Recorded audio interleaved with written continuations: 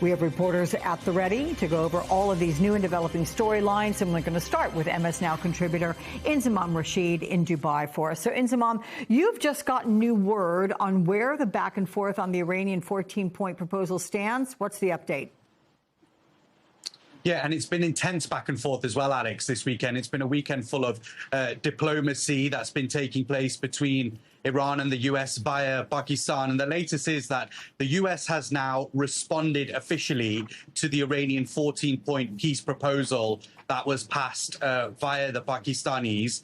There's no indication yet as to what President Trump and the US teams have said in response to that peace proposal. But just looking at some of what is inside that proposal from the Iranians, I don't think that many of the points will be acceptable to the president and the US negotiation team. But what the Iranians have said tonight is that they've received now this response, and that is under review. But they've been clear that their proposal did not include anything to do with the nuclear issue inside of Iran. Let me just take you through some of that 14-point proposal from the Iranians, which essentially centers around the fact that they want to get to some form of deal within the next 30 days, initially rejecting the US's 2-month ceasefire proposal that was put in place. So some of the details inside this peace deal from the Iranians suggest there's a withdrawal of US forces from Iran's surroundings. That's one thing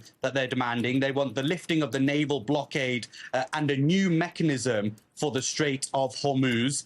They've also said that they want to see sanctions lifted. They want the release of Iranians' frozen assets. They also want to see compensation paid for the US and Israel starting this war. And they want to see a complete end to this war on all fronts, that including Lebanon, where there's supposed to be a ceasefire in place right now, but fighting between Israel and Hezbollah continues. And in the last 24 hours, Alex, we've seen Israel strikes kill more than 20 people alone. So there's a lot of elements to this latest peace proposal from Iran, which has now had a response from the US. And I think this is a sign that Iran is essentially trying to pile on the pressure, because tonight as well, we've heard from the IRGC's intelligence unit, where they've said that Trump must choose between an impossible military operation or a bad deal with the Islamic Republic of Iran. The room for US decision-making has narrowed. So I think you get this sense that this is not really an offering from an Iran that is